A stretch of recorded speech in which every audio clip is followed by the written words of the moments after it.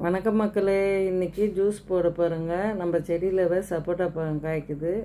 சப்போட்டா பழம் கிள்ளி நல்லா கழுவி எடுத்துக்கோங்க. கழுவி எடுத்து தோல் எடுத்துருங்க.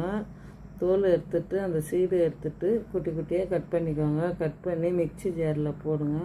மிக்சி ஜாரில் போட்டு கொஞ்சம் தண்ணி ஊற்றி கொஞ்சம் தேன் ஊற்றி நல்லா மிக்சியில் அடிச்சிக்கோங்க. அடிச்சிட்டு சப்போட்டா பழம் உடம்புக்கு ரொம்ப நல்லதுங்க. முகத்துக்கு ரொம்ப நல்லது. முட்டி நோவு நல்லா சரியாயிடும். சப்போட்டா பழம் வாரத்துக்கு 2 நாள் குடிச்சோம்னாவே செரிமானம் ஆகிடுங்க.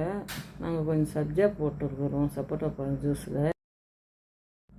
வணக்கம் மக்களே, இன்றைக்கி ஜூஸ் போட பாருங்க. நம்ம செடியில் சப்போட்டா பழம் காய்க்குது. சப்போட்டா பழம் கிள்ளி நல்லா கழுவி எடுத்துக்கோங்க. கழுவி எடுத்து தோல் எடுத்துருங்க. தோல் எடுத்துட்டு அந்த சீடு எடுத்துட்டு குட்டி குட்டியாக கட் பண்ணிக்கோங்க. கட் பண்ணி